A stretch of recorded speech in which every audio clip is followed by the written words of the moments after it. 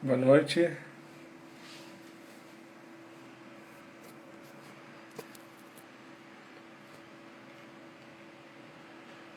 Boa noite, Thiago. Aonde? Que universal estação ali. Ali no azul. Boa noite, Thiago.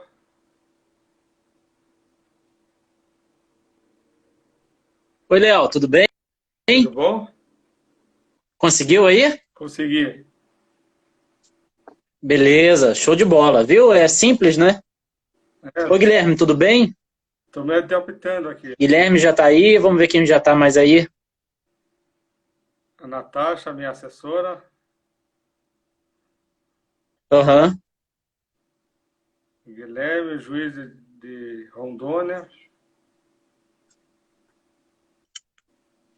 bom. Vendo e ouvindo bem, show de bola, Guilherme. Maravilha, tudo funcionando bem então. Aí agora o que acontece é Ó, já começou, o né? próprio sistema avisa o pessoal. Já começou, manda bala, Léo. Boa noite a todos. Boa noite, Thiago. Aqui nós estamos iniciando mais uma live idealizada pela FONAGE, o Fórum Nacional dos Juizados Estaduais. Essa será a live número 26, ou 26ª. O tema, aspectos jurídicos da reclamação nas turmas recursais. Eu sou Léo Henrique Furtado Araújo, magistrado estadual aqui no estado do Paraná.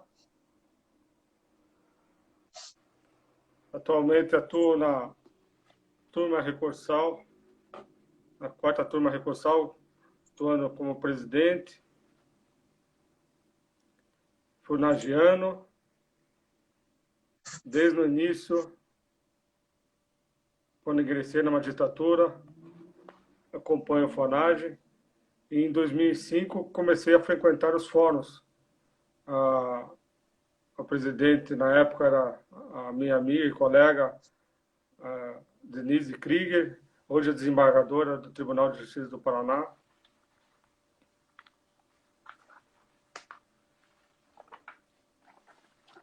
Antes de iniciar, eu queria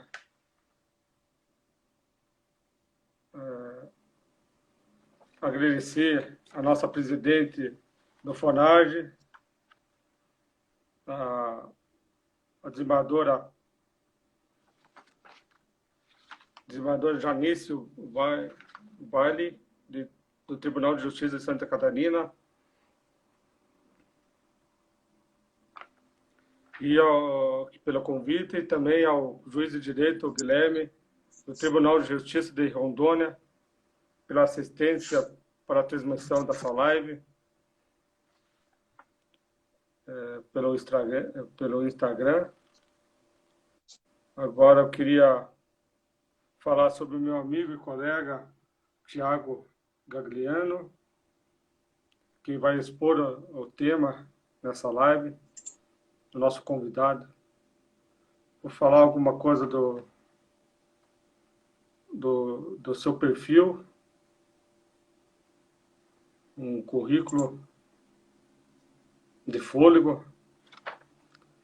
Ele tem pós-doutorado em ontologia e epistemologia na PUC, pós-doutor em psicologia cognitiva da PUC do Rio Grande do Sul, pós-doutor em direito pela Universidade León, Espanha, pós-doutor em direito pela PUC Paraná, doutor em direito pela Universidade do Paraná, mestre em direito pela PUC Paraná, professor da PUC Paraná, da IMAP, da SMAF, da Academia Judicial de Santa Catarina, da Escola Superior de Santa Catarina, da Escola Superior da Magistratura do Tocantinense, SMAT, e da Escola de Magistratura do Estado do Ceará, SMEC.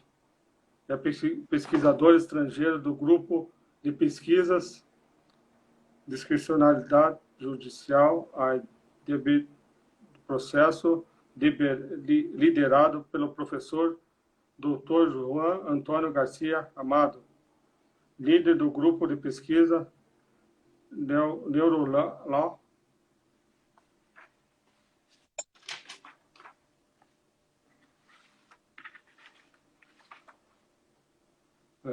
Estudo interdisciplinares entre direito e neurociências. O Tiago é juiz de direito titular da 4ª turma recursal aqui do estado do Paraná, membro suplente do Tribunal Regional Eleitoral do Paraná. É autor de várias obras, A Justiça da Ficção à Teoria, O Poder Judiciário e Argumentação no Atual Estado Democrático de Direito, Teoria do Direito, uma abordagem não convencional. Tiago, você poderia mostrar alguma obra que você tem aí? Claro, vamos lá. Tudo bem, presidente? Como vai? Tudo. E aí, amigo, tudo em paz? Já é o costume de chamar de presidente, né? Então, vamos lá, pessoal. Boa noite a todos. Hoje o show é teu aqui. Você é o nosso convidado. Obrigado. Você vai mostrar. Obrigado. Boa noite a todos. Primeiro, quero cumprimentar a desembargadora Janice. É um prazer tê-la por aqui. Obrigado pelo convite, amigo Léo. Obrigado pelo convite, Guilherme, também. A desembargadora Janice é lá do Tribunal de Santa Catarina. É um prazer sempre ter alguém de Santa Catarina. Eu adoro dar aulas por lá. Inclusive, agora estou ministrando um curso virtual pela Academia Judicial por lá. E está sendo muito bacana. Sempre é muito legal. Oi, Cássia, tudo bem? Cássia foi minha estagiária lá em Cornélio Procópio. Depois ela foi aprovada no concurso para técnico, acho que secretário ou técnico, analista ou técnico, não me lembro, acho que analista. E hoje ela é chefe de secretaria. Então, oi, Cássia, tudo bem? Bom, obrigado. O Léo falou um pouquinho sobre as obras. Eu quero dizer que eu tive a oportunidade de lançar duas obras esse ano e ainda uma segunda edição de uma, né? Então, vou mostrar para vocês em ordem, assim, da primeira que foi lançada até a última. Essa aqui foi a primeira. Teoria do Direito, uma abordagem não convencional.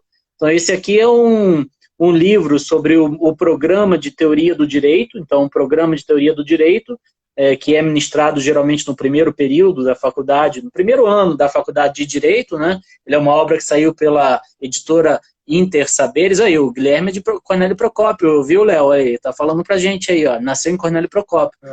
Foi uma das cidades, Guilherme, que eu mais gostei de trabalhar no interior do Paraná. Impressionante como venta lá, mas não por isso só. É uma cidade muito aprazível, as pessoas são muito bacanas, muito legais. Tem um resort lá muito bom, né? Sim, tem lá o Água-Ativa, né? Isso, a Água-Ativa também muito bacana, muito legal. A cidade, ela é tão boa, que você chega, quando você vai chegando, você já sente cheiro de café. É uma delícia.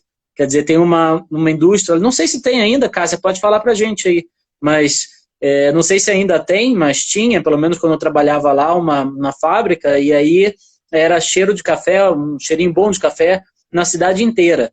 Além disso, é uma cidade que tem um Cristo Redentor, né? Então tem um Cristo Redentor, me lembrava um pouco do Rio de Janeiro também, eu me sentia muito em casa lá. Foi uma época muito boa, muito bacana. Tem uma fonagiana lá, a Vanessa, juíza lá do Ah, Vanessa? Né? Frequenta nossos fonagens. Vanessa Gimenez. Isso, da Vara Criminal, né? Vanessa Gimenez, isso, da Vara Criminal. Está frequentando os fonagens agora. Ah, que legal, bacana, não sabia. Quando eu sou anterior a ela, mas enquanto eu estava lá, eu atuei na Vara Criminal, depois eu pedi opção para o Civil, e daí ela obteve a vaga que eu atuava no Criminal. Né? Então, não sabia que ela tinha feito essa opção.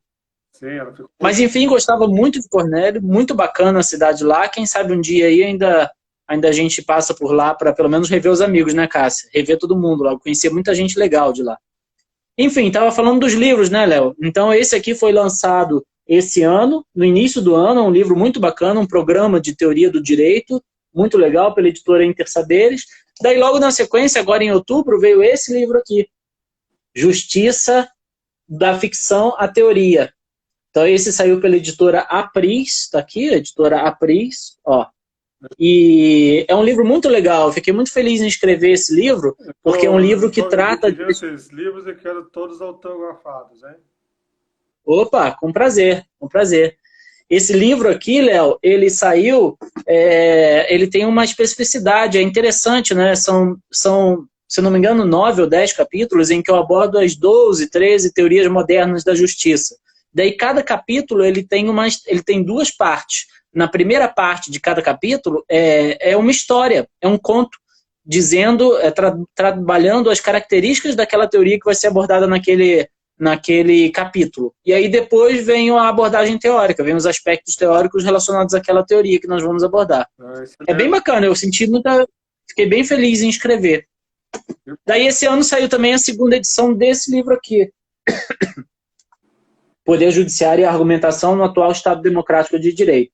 Ele deu uma crescida, era um livro pequenininho, ficou um livro um pouquinho maior, é a segunda edição, saiu aí pela Lumen Iuris. Então esses são meus atuais bebês, Léo. Teoria do Direito, uma abordagem não convencional, Justiça, da ficção à teoria, e Poder Judiciário e Argumentação no Atual Estado Democrático de Direito. Parabéns, é uma atividade que eu fico muito feliz. Obrigado, amigo, obrigado mesmo. Eu fico muito feliz em fazer essa atividade acadêmica, sabe? Você vai dirigir uma obra nossa lá da quarta turma recursal ainda. Sim, vamos lá, vamos lá. Gente, lá. Opa, vamos lá. Vamos lá, mas se bem que já tem o tema quando você quiser. Combinado.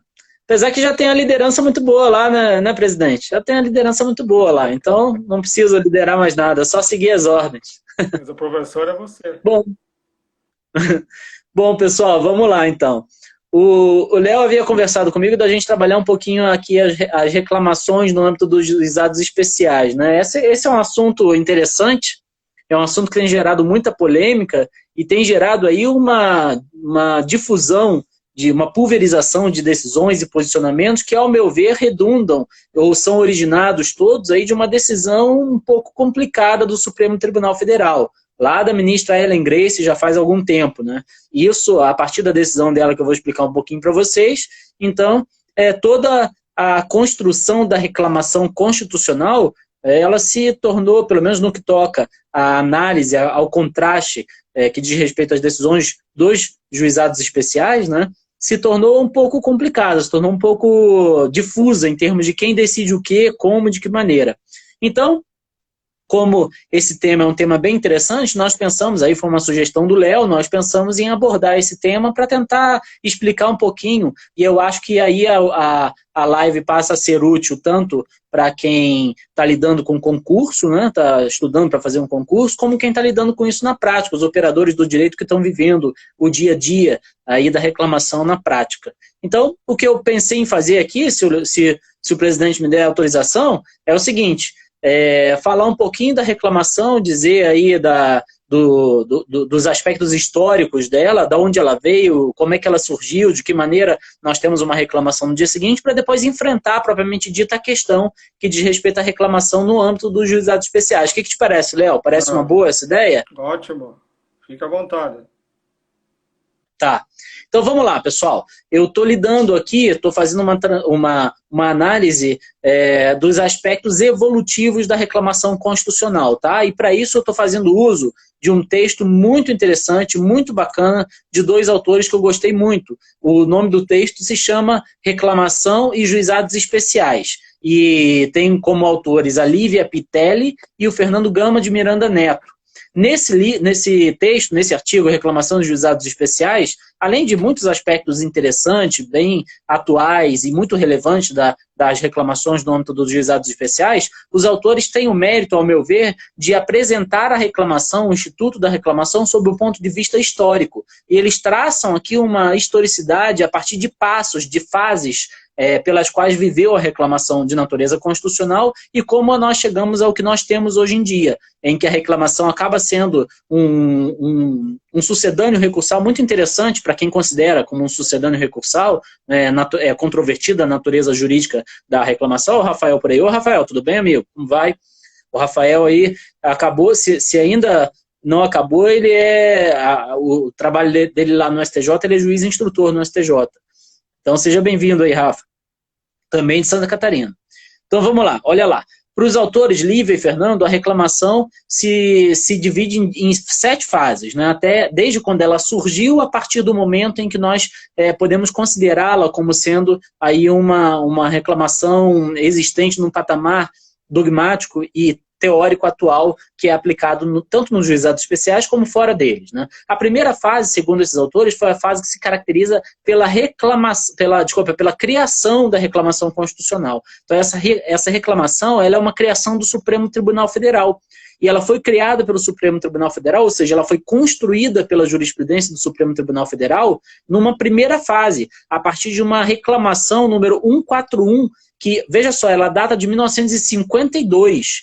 Então, em 1952, o Supremo Tribunal Federal acabou construindo esse instrumento chamado reclamação, a partir da reclamação 141, e aí ele se baseou para poder construir esse instrumento em uma teoria muito interessante que é utilizada principalmente, ainda é utilizada, foi utilizada durante muitos anos, séculos, inclusive, pela Suprema Corte norte-americana e vem sendo utilizada também no Brasil há algum tempo, que é a teoria dos poderes implícitos, implied powers. Então, olha o Rodrigo aí também, Rodrigo Pérez, amigo juiz lá do Tocantins. Rodrigo, muito talentoso, está agora em vias de entrar para um doutorado. Rodrigo, tamo junto.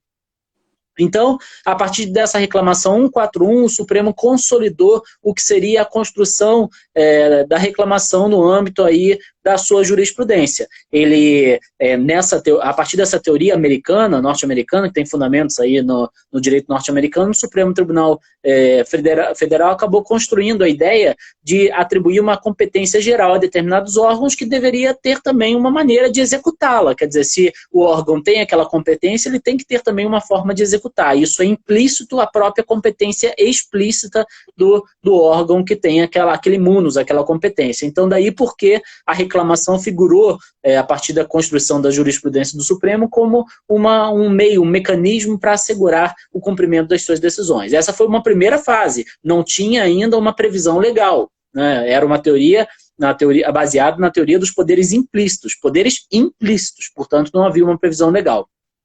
Logo, o que aconteceu? Isso foi em 1952, um pouquinho depois no tempo, em 1957, passou, então, a reclamação a ser introduzida no regimento interno do Supremo Tribunal Federal. Nós sabemos, hoje em dia, o regimento interno do Supremo Tribunal Federal foi recepcionado pela Constituição de 88 com eficácia material de lei ordinária. Então, ele, para todos os efeitos, é uma lei ordinária, ou pelo menos tem eficácia material de lei ordinária. Até aquela época isso não ocorria, mas, de qualquer maneira, já passou a existir um aporte normativo. E esse aporte normativo era o regimento interno do Supremo Tribunal Federal, que em 1957 passou, então, a trazer a regência normativa do Instituto da Reclamação. Essa foi a segunda fase. Então, em uma primeira fase, não havia uma previsão legal. Numa segunda fase, passou a haver uma previsão oriunda do regimento interno do Supremo Tribunal Federal. E aí nós tivemos, então, uma terceira fase, que é chamada aquela fase de consolidação do Instituto.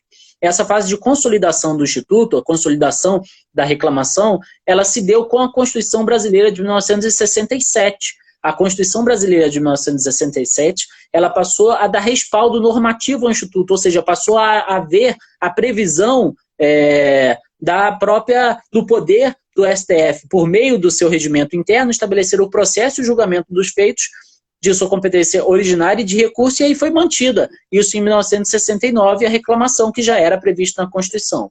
Essa foi a terceira fase de consolidação, porque a reclamação passou do status de previsão a partir de um regimento interno para ter um assento constitucional. E esse assento constitucional, então, passou a uma quarta fase, que é denominada pelos autores de fase de definição, que foi a partir da emenda 7 de 1977, que aí então conferiu competência ao Supremo Tribunal Federal para avocar as causas processadas em quaisquer juízos, mediante pedido do Procurador-Geral da República, né, como uma forma de preservação da sua própria competência.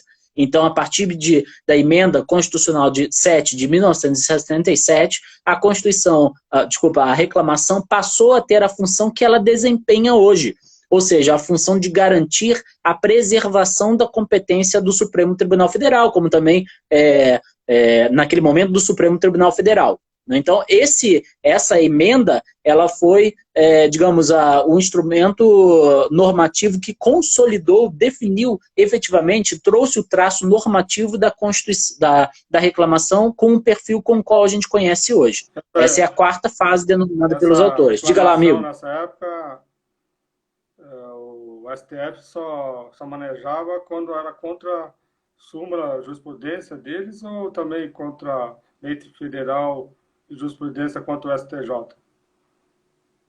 Não, naquela época nós tínhamos o Tribunal Federal de Recursos, né?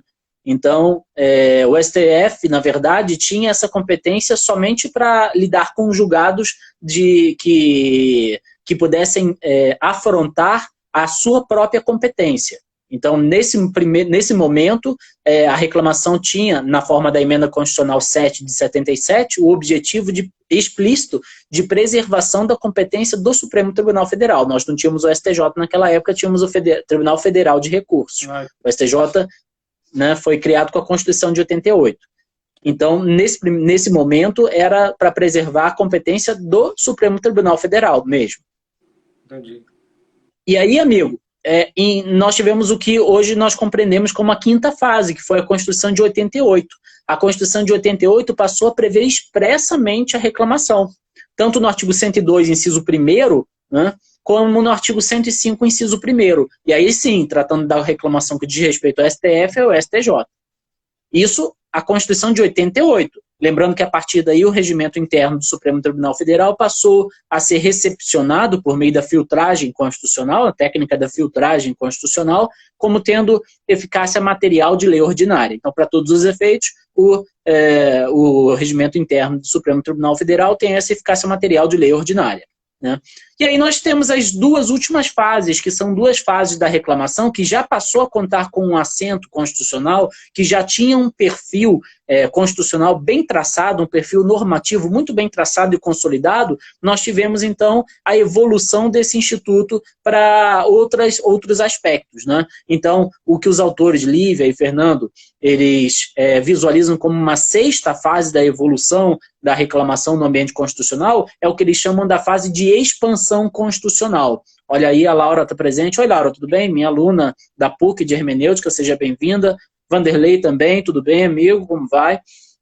Então, essa sexta fase foi uma fase aí de expansão. Ela resultou da emenda 45 de 2004, nós sabemos aí a reforma do judiciário, né, quando passou a ser cabível também como meio de garantir, a reclamação também como meio de garantir a eficácia de súmulas vinculantes, quando houvesse, quando ferida por atos administrativos ou judiciais. Então, quer dizer, houve uma expansão do perfil normativo da reclamação que inicialmente era prevista no ambiente somente da violação à competência do Supremo Tribunal Federal, né?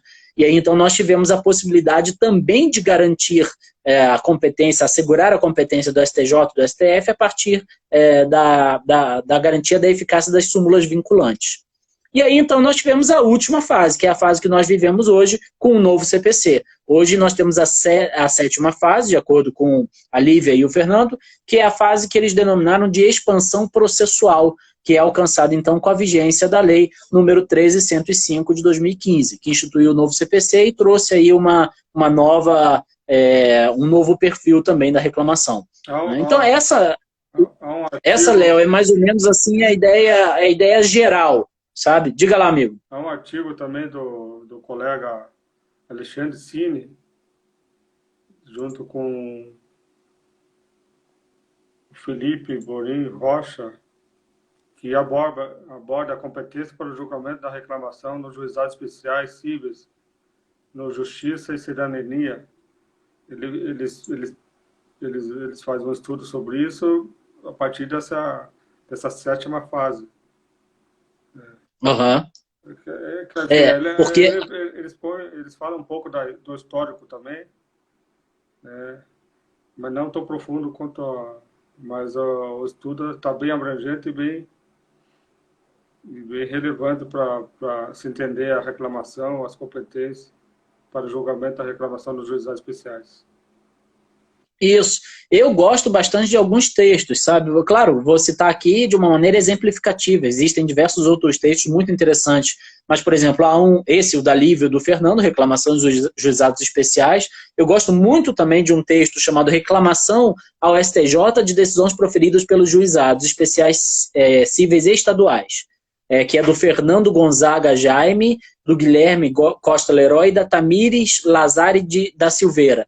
É muito interessante esse texto também e mostra todo o problema e a construção da reclamação no ambiente da decisão no juizado especial. Qual foi o imbróglio todo, o que aconteceu e qual é a situação, o patamar atual que nós temos que causou toda essa confusão que diz respeito ao cabimento ou não de reclamação para poder, quando houver uma violação a um entendimento do STJ, né? Então, quer dizer, nós temos aí toda uma construção a partir dessas leituras que demonstram para a gente por que cabe ou por que não cabe, quais são os fundamentos para um lado ou outro, e a confusão, na minha opinião, que foi feita pela decisão do Supremo Tribunal Federal.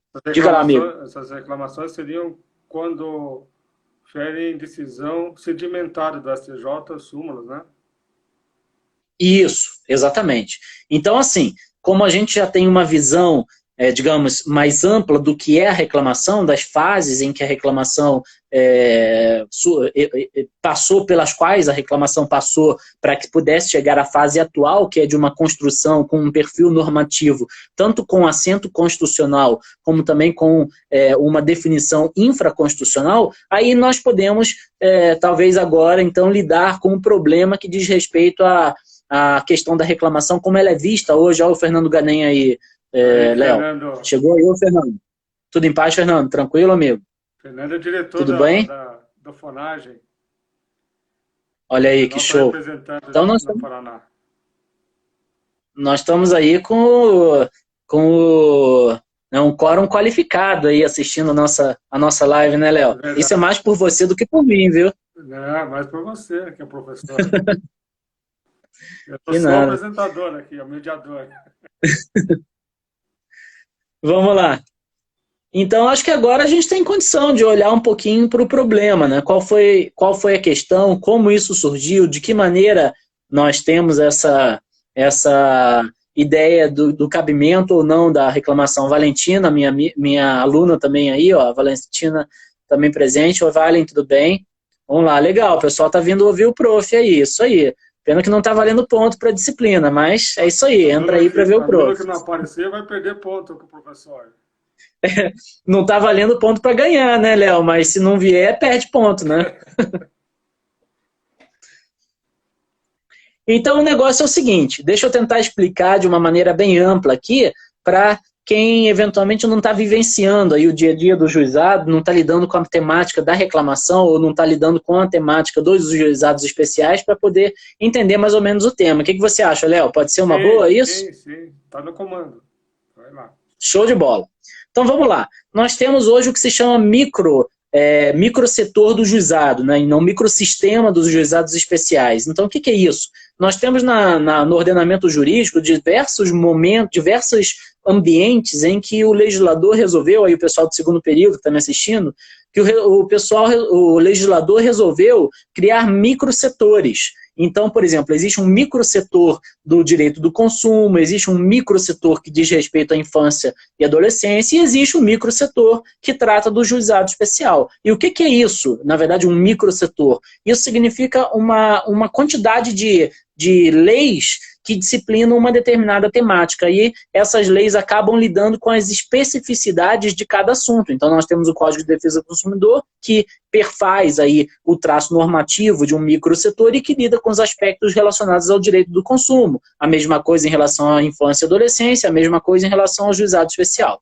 No âmbito dos juizados especiais, nós temos aí para reger esse microsetor, né, três diplomas normativos, ou seja, 3 leis que tratam desse ponto, além de uma infinidade de atos infralegais, sobretudo oriundos de diversos tribunais, né? E também alguns atos que configuram o que a gente chama de direito recomendatório, ou soft law. Soft law, o direito recomendatório, são aquelas situações em que existe uma sugestão, mas essa sugestão não tem força de lei no sentido estrito. Então, nesse sentido, se enquadram, por exemplo, os enunciados do FONAGE, né, que não têm aí força de lei, mas são utilizados como direito recomendatório, soft law. Então, quer dizer, recomendam uma determinada postura. Tudo isso, as legislações que tratam, as leis que tratam da regência dos juizados especiais, os atos infralegais e também os direitos recomendatórios, os atos de soft law, perfazem e caracterizam esse microsetor do juizado especial. As leis, portanto, Sofia também aí, olha, minha aluna, Matheus, sejam bem-vindos, alunos, legal que vocês estão aqui, bacana. Então, os juizados especiais, cíveis e criminais, eles são regidos pela Lei 9.099, de 95. Nós sabemos disso. Essa lei trata da regência normativa dos juizados especiais cíveis e criminais. Foi a primeira lei que tratou do assunto, a lei que afastou aquela ideia de juizado de pequenas causas, né, para poder lidar com juizados especiais, tratando da ideia da existência de conflitos que poderiam ser vistos sob uma outra ótica, sob uma outra lente, sob uma lente especializada de quem lida com esse tema. Né? E aí nós tivemos na sequência, uma vez que já estava consolidada a legislação 9.099 de 95, com a criação e implementação dos juizados especiais cíveis e criminais, nós tivemos então aí uma outra lei que tratou dos juizados especiais federais, a Lei 10.259 de 2001. A Lei 10.259 de 2001 passou a tratar aí dos juizados especiais federais, ou seja, passou a lidar com um microsistema que se expandiu, né, se ampliou da esfera estadual para a esfera federal. Aí nós tivemos, então, um juizado especial lidando com a justiça comum estadual e também um juizado lidando com a justiça federal. Então nós tivemos, a partir daí, juizados especiais federais e que temos até hoje. Uma vez que nós tínhamos, então, juizados especiais cíveis e criminais no âmbito estadual e juizados especiais federais, no âmbito, obviamente, da Justiça Federal, faltava a questão da fazenda pública, que nós sabemos, tanto no âmbito do que não era juizado como o que hoje é juizado, né, acaba tendo um reflexo muito grande, porque realmente são muitos conflitos fazendários com os quais nós lidamos, né? Para que quem está ouvindo tenha uma noção, eu, o Léo, o Aldemar e também o Schibel, o Marco Schibel, nós lidamos, estou esquecendo alguém? Não, né, Léo? Nós lidamos lá na quarta, não, né? E o Léo, claro, então, nós lidamos lá na quarta turma, aqui na quarta turma do Tribunal de Justiça do Estado do Paraná, é a única turma que tem competência para analisar conflitos fazendários, mais ou menos aí por baixo, 80% a 90% aí dos nossos casos dizem respeito a isso, né, Léo? Então, casos fazendários, acho que até mais um pouco. Fora isso, nós temos criminais também, questões relacionadas à telefonia e tudo mais, enfim. Economia mista. Para demonstrar sociedade de economia mista, ou seja, nós temos uma quantidade de leads fazendárias imensa. Hoje, eu estava, inclusive, conversando com uma advogada em função de um memoriais que ela apresentou para a próxima sessão, e ela me contava que só aquela questão que vai ser julgado na nossa próxima sessão tem 3.600 casos iguais, quer dizer, nós temos uma quantidade muito grande de leads fazendárias. E isso não passou desapercebido pelo legislador. O legislador percebeu que realmente esse perfil de conflitos estava tornando aí o judiciário um pouco abarrotado. E aí acabou por segmentar, apartar esses conflitos da justiça, digamos, comum, não vou falar comum entre federal e estadual, mas da justiça que não pertence ao microsetor, ao microsistema dos juizados especiais, e introduzir, aí com uma competência de alçada maior, de 60 salários mínimos, a possibilidade da existência de juizados especiais de natureza fazendárias. Daí, então, nós tivemos a última lei que rege, de uma maneira mais ampla, esse microsistema, esse microsetor, que passou a ser a Lei 12.153 de 2009. A Lei 12.153, que é de 2009, então veja só, de 95, 2001 e 2009. Essa última lei, então, ela passou aí a lidar com juizados especiais da Fazenda Pública e, portanto, nós tivemos, então, agora consolidada essa ideia de tanto juizados especiais cíveis e criminais pela Lei 9.099, como juizados especiais federais pela Lei 10.259, 2001, e, finalmente, pela Lei 12.153, 2009, então, juizados especiais da Fazenda Pública. Esse é o conjunto de leis que rege o microsetor, o microsistema dos juizados especiais. Como eu mencionei anteriormente, nós temos, a partir daí, então, uma infinidade de atos infralegais, sobretudo oriundos de diversos tribunais de justiça, também TRFs, e, a partir daí, também uma grande gama de disposições que configuram ou se consubstanciam em direito recomendatório ou soft law, como, por exemplo, aí os enunciados do FONAGE, que acabam orientando, são orientativos, né? Eles acabam orientando a prestação jurisdicional, a adjudicação de direitos no ambiente do juizado especial. Bom, nós sabemos, então, agora aprofundando um pouco mais o tema, que a turma recursal é um órgão de primeiro grau, né? Ela não é um tribunal no sentido de ser um tribunal em segundo grau. Isso por expressa disposição da Lei 9.099. Então, a turma recursal, ela é um tribunal, ela é uma turma revisora composta por juízes de primeiro grau de jurisdição que tem, nada obstante, se tratam de juízes de primeiro grau de jurisdição, esses juízes passam a ter competência revisora. Né? Claro, alguma outra competência recursal originária, alguma competência também de ação originária, mas ainda assim diz respeito e é integrada por juízes do primeiro grau de jurisdição. E por que isso é importante para a reclamação? Ou seja, por que isso é importante para o aspecto que nós estamos vendo agora? É porque, em não se tratando de tribunal, não cabe, por exemplo, recurso especial. Né? Então, a decisão proferida pela turma recursal, não é isso, Léo? Você que já foi presidente da turma recursal reunidas, né? que tem a competência aí de análise dos recursos que são interpostos contra acórdãos da turma recursal. O que você fazia quando chegava um recurso especial lá? Nós tínhamos competência para o recurso extraordinário e quanto ao recurso especial, não poderíamos atuar, né? Uhum.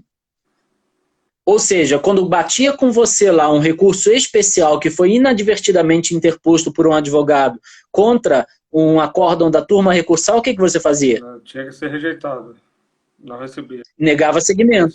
Não recebia, negava seguimento. Por quê? Porque realmente não cabe recurso especial. E por que não cabe recurso especial, pessoal aí da hermenêutica, do segundo período que está me ouvindo? Não cabe recurso especial, pessoal, pelo seguinte, porque o recurso especial cabe para impugnar decisão de tribunais e a turma recursal não é considerado um tribunal. Né? Então, o que cabe? Acaba cabendo recurso extraordinário para o STF, porque para o STF tem que caber, já que a turma recursal pode, em tese, proferir alguma decisão que acabe ferindo de uma maneira explícita ou implícita a Constituição da República. E mesmo assim, cabe num grau bem pequeno, né, Léo? O que você fazia lá quando via recurso extraordinário? Uma decisão do STF que, quando foi suscitado o conflito entre a turma recursal e o Tribunal de Justiça, eles rejeitaram, dizendo que não há conflito porque a turma recursal é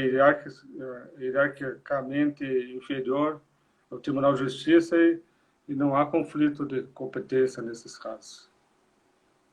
Exatamente.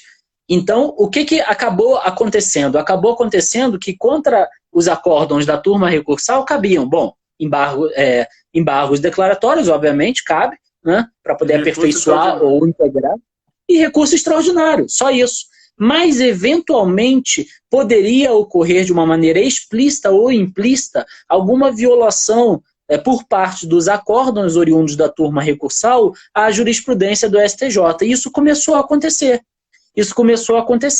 E acabou gerando, então, um recurso extraordinário em que o Supremo Tribunal Federal, aí eu vou citar expressamente o recurso extraordinário, que foi o 571, 572, ele tem até um número meio cabalístico, sabe, Léo? 571, 572. Então, nesse recurso extraordinário relatado pela então ministra, hoje aposentada Ellen Grace, né, nos embargos de declaração, o STF acabou compreendendo que... recurso da Bahia, Oi? Né? Isso, não me lembro de onde, mas eu acredito que sim. Ó, Rogério Ribas aí. Ô, Rogério, tudo bem, amigo? Como vai? Rogério Ribas, grande processualista nosso aqui do Paraná. Né? Juiz que bom, orgulho que você esteja... Exatamente, orgulho que você esteja aqui presente, amigo. Bacana. A Lê também, a Letícia acabou de entrar, a Lê foi minha estagiária, a Aline também. Então vamos lá. Aí o que aconteceu? Aí, a partir do julgamento desse 571 e 572, o Supremo Tribunal Federal, relatora então ministra Ellen Grace, acabou atribuindo competência ao Superior Tribunal de Justiça para atuar, veja bem, olha que interessante, como órgão de controle da legalidade das decisões proferidas pelas turmas recursais dos juizados especiais cíveis e estaduais. Tá? Então, juizados especiais cíveis e estaduais. Qual era a preocupação ali? A preocupação era que não havia uma forma de pacificação da jurisprudência do STJ no que diz respeito às turmas recursais. Então, quer dizer, isso era difícil. A lei dos juizados especiais da Fazenda Pública, por exemplo, ela trouxe um procedimento expressamente previsto para que pudesse ser a jurisprudência do STJ fosse respeitada. Quer dizer, os juizados especiais federais, na lei de regência dos juizados especiais federais, a parte ela pode formular pedido ao STJ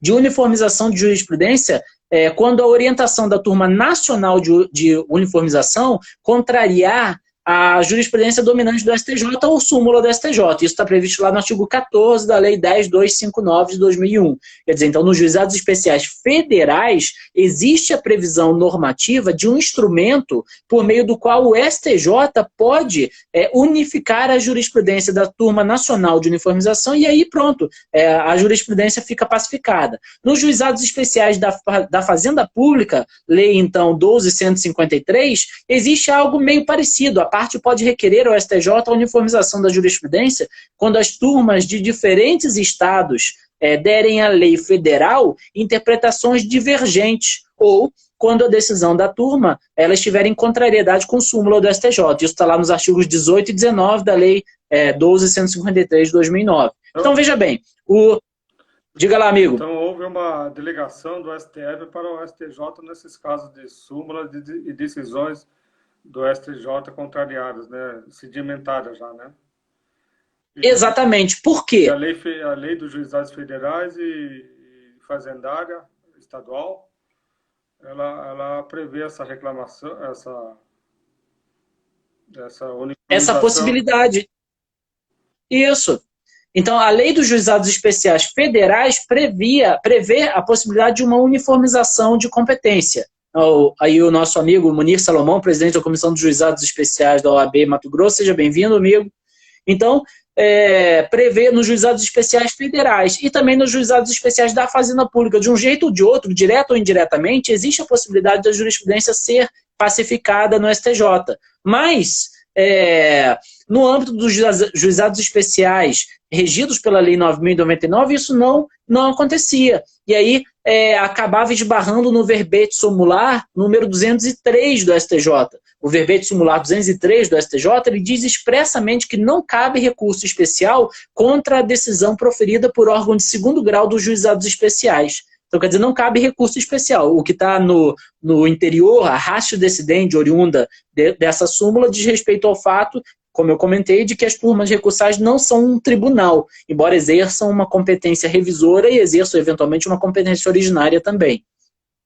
Mas não se tratando de tribunal, não cabe recurso especial. Quer dizer, ficava aí um gap, ficava aí uma lacuna que não permitia ao STJ, portanto, analisar e uniformizar, não somente analisar, mas uniformizar as decisões oriundas das turmas recursais quando a competência fosse oriunda da Lei 9.099 de 95. Existia essa possibilidade na Lei dos Juizados Especiais Federais, como existia e existe a possibilidade na Lei dos Juizados Especiais da Fazenda Pública, mas não na regência normativa pela Lei 9.099. Isso foi o que, de certa maneira, motivou uma decisão do Supremo Tribunal Federal atinente ao controle da legalidade das decisões de juízes, das turmas proferidas sob a égide da Lei 9.099 e que contrariassem, eventualmente, a jurisprudência ou súmula dominante do STJ. Só que o que aconteceu? Ficou uma questão complicada. O STJ acabou não sabendo muito bem como lidar com esse tema. O STJ passou a ser competente para processar e julgar a reclamação constitucional, que tinha o objetivo explícito de dirimir uma divergência entre as decisões proferidas pelas turmas recursais e a jurisprudência do STJ, que passou a ser consolidada em súmula ou em julgamento de recurso repetitivo. essa situação ela perdurou, e aí o STJ o que fez? Acabou entendendo que, gerando a seguinte questão, acabou entendendo que os tribunais de justiça aos quais vinculados àquela situação, aquela turma recursal, deveriam fazer essa análise. Isso gerou uma insurgência por parte do Tribunal de Justiça do Estado do Rio de Janeiro. Foi o primeiro a se insurgir por meio de um acórdão, de uma decisão proferida por um ilustre processualista civil, o desembargador Alexandre Freitas Câmara. O desembargador Alexandre... Teve um conflito também de competência do Tribunal de Santa Catarina. Isso. Com o STJ. Exatamente. E antes disso teve... Do Rio de Janeiro, depois, eu sei que foi uma das primeiras que foram suscitadas. E esse conflito, tanto de Santa Catarina quanto o do Rio de Janeiro, eles partiam de um mesmo fundamento, que aliás é um fundamento muito lógico, né? Quer dizer, como é que o Tribunal de Justiça vai garantir a autoridade da decisão de outro tribunal? O desembargador Alexandre Freitas Câmara chegou a comentar na sua decisão que seria ilógico, ele utilizou inclusive essa expressão, é ilógico imaginar que um tribunal possa julgar uma reclamação para poder garantir a competência de outro tribunal. Ora, quem deve julgar a reclamação para garantir a sua própria competência é o tribunal cuja jurisprudência está sendo violada, cuja jurisprudência está sendo relegada ao desdém, cuja jurisprudência está sendo desobedecida. Então, o mais lógico seria que o próprio STJ julgasse as reclamações que dizem respeito a essas situações. Mas aí nós tivemos um problema, Léo, de administração da justiça, porque você imagina o STJ julgar reclamações que dissessem respeito a todos os julgados das turmas recursais vinculadas a todos os tribunais do país e que, então, pudessem estar violando jurisprudência dominante ou súmula ou recurso repetitivo do STJ. Isso geraria um quantitativo de demandas no STJ imenso. E o STJ, de certa maneira, teve um pouco de receio de não dar conta desse quantitativo de demandas que seria gerado a partir dessa decisão do Supremo Tribunal Federal. E aí consolidou o entendimento de que cabe a cada tribunal de justiça ao qual vinculado a turma recursal, que, como você lembrou, tem uma competência hierárquica em relação à turma recursal, ou seja, não é uma questão de divisão de competência, uma questão de hierarquia própria em relação aos tribunais e às turmas recursais. Quer dizer, passou a ser uma coisa muito estranha, porque por delegação do STJ, né, pelo fato de que o STJ entende competente os tribunais de justiça, né, então o Tribunal de Justiça hoje em dia tem uma competência para analisar reclamações que dizem respeito à violação de jurisprudência do STJ. Quer dizer, nós tivemos uma coisa completamente esquisita. Hoje, qual é o quadro atual? Será que pode, por resolução, mexer na competência dos tribunais? E ainda tem mais essa. Quer dizer, a resolução do STJ viola a Constituição, uma norma inconstitucional? O Munir está perguntando aí. O que você acha, Léo? Eu entendo que sim. E tem suscitado vários tribunais estão suscitando incidentes de inconstitucionalidade nesse aspecto. O Tribunal de Justiça de Minas Gerais, a arguição de constitucionalidade nessas reclamações. E falando sobre isso, que não pode o tribunal, o STJ, mexer na competência dos tribunais por resolução. E eu estou totalmente de acordo. A solução que deram foi uma solução improvisada. Foi uma solução que garantiu e preservou a organicidade do funcionamento do STJ, uma vez que da noite para o dia, de repente, haveria uma pulverização de reclamações lá referentes a todas as situações em que se alegasse, né, uma violação à jurisprudência do STJ. Obviamente, em muitos casos, quero crer que seriam alegações infundadas, mas, de qualquer maneira, deveriam ser analisadas, ainda que para serem repelidas, né? Mesmo que para serem repelidas, elas acabariam tendo que ser analisadas. E isso faria com que, da noite para o dia, houvesse aí um quantitativo imenso de demandas julgadas no STJ. Mas aí o STJ entendeu que não, na verdade, deveriam os tribunais lidar com esse tema, e aí hoje em dia nós temos uma situação muito anômala. Essa situação anômala, completamente esquisita que nós temos não cabe a reclamação, não cabe recurso especial contra a decisão, contra acórdão da turma recursal, porque a turma recursal não é um tribunal, não cabe. Mas cabe reclamação, quando violar a competência do STJ pela jurisprudência dominante, recurso repetitivo, e, enfim, súmulas, e aí então, só que essa reclamação que viola, em que se alega a violação à competência do STJ, não é julgada pelo STJ. Então, no fundo, um tribunal de justiça pode entender que não há uma violação à competência do STJ, e daí se ele entender que não há uma violação à competência do STJ, talvez o STJ possa reanalisar o tema em recurso especial. Quer dizer, cabe ou não cabe recurso especial? A situação ficou esquisita, ficou anômala, ficou muito estranha. Né? O certo seria não caber, de jeito nenhum, nem por via direta, nem por via reflexa, que é o que acaba acontecendo hoje em dia. Talvez então a reclamação acabou... Uma interpretação sistemática das leis do microsistema, com essa uniformização de jurisprudência, aplicando o que diz a lei da fazendária e da Justiça Federal aos juizados especiais estaduais, talvez mitigasse, talvez ajudasse para enfrentar isso tudo. Eu acho que sim, alguma coisa teria que ser feita. Eu sei que o FONAGE é contra a mais uma instância, seria mais uma instância criar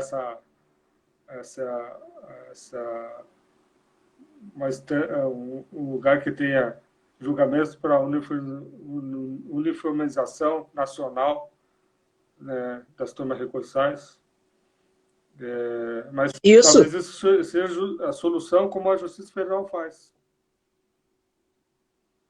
Eu acho que sim, alguma solução tem que ser dada, mas essa solução que se deu, ela acaba eternizando, de certa maneira, o conflito de uma forma que acaba complicando mais. Ninguém sabe exatamente se cabe ou não cabe, por uma via reflexa, um recurso especial, porque vai acabar sendo suscitada essa questão na reclamação que for julgada ao tribunal. Nós temos hoje em dia um tribunal que exerce a preservação da competência de outro tribunal, né? Quer dizer, é uma situação completamente anômala. E que ocorre porque tem origem aonde? Tem origem numa interpretação que foi dada no STF que acabou complicando muito mais a situação e que gerou aí uma jurisprudência que acaba preservando a organicidade do funcionamento do STJ e delegou algo para os tribunais que complicou mais o sistema. Como você falou, eu acho que deveria ter uma outra solução. Nós poderíamos pensar em outras soluções, como talvez aí uma alteração ou um acréscimo na lei dos juizados especiais, criando, quem sabe, aí uma espécie de uma turma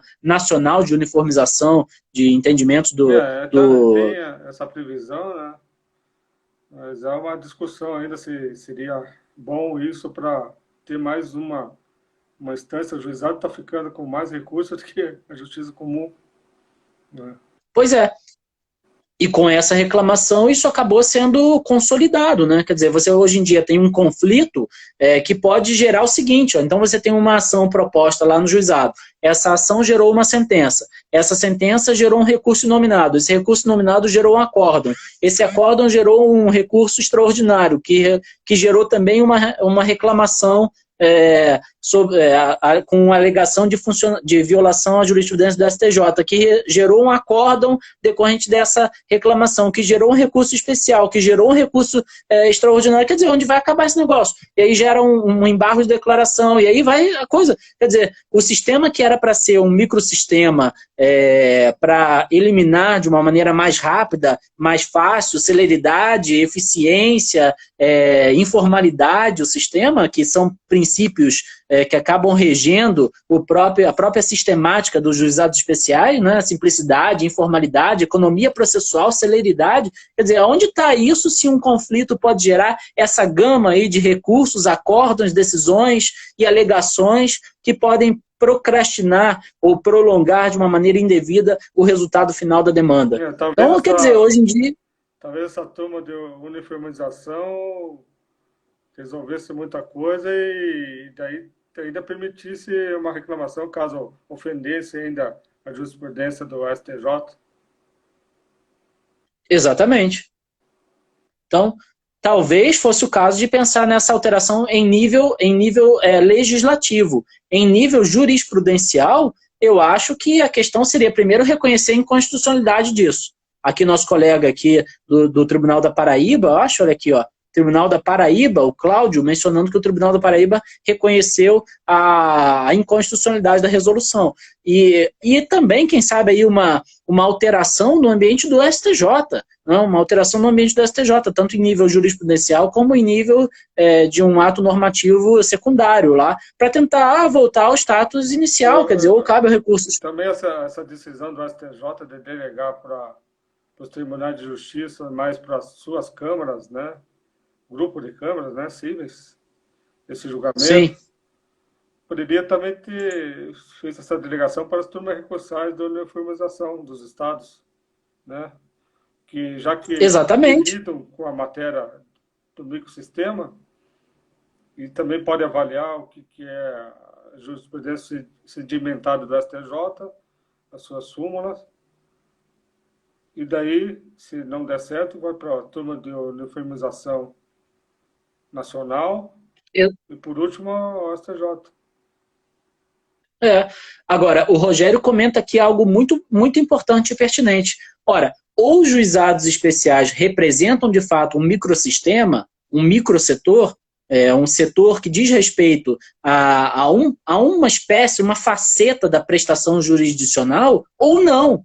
Né? Quer dizer, então as demandas, como ele diz aqui, as demandas do juizado têm que ficar no juizado. Não tem como isso acontecer de você ter uma incursão, a possibilidade, ainda que remota, mas que obviamente é tentada, de incursão em todas as esferas de jurisdição, sejam nas instâncias ordinárias como nas instâncias extraordinárias também, que é o que a gente tem hoje em dia. A gente tem hoje em dia uma incursão basicamente em todas as instâncias, a possibilidade de uma incursão em todas as instâncias. A pessoa pode postular aí desde o juizado lá no primeiro grau, quietinho, até uma reclamação constitucional que vai ser julgada pelo STJ e um recurso extraordinário que vai ser julgado pelo STF. Quero dar um oi aqui para o Pedro. Pedro foi o meu aluno, um grande cantor em ascensão, aí, além de um excelente estudante de Direito. Pedrão, legal, cara, que você está aqui, bacana.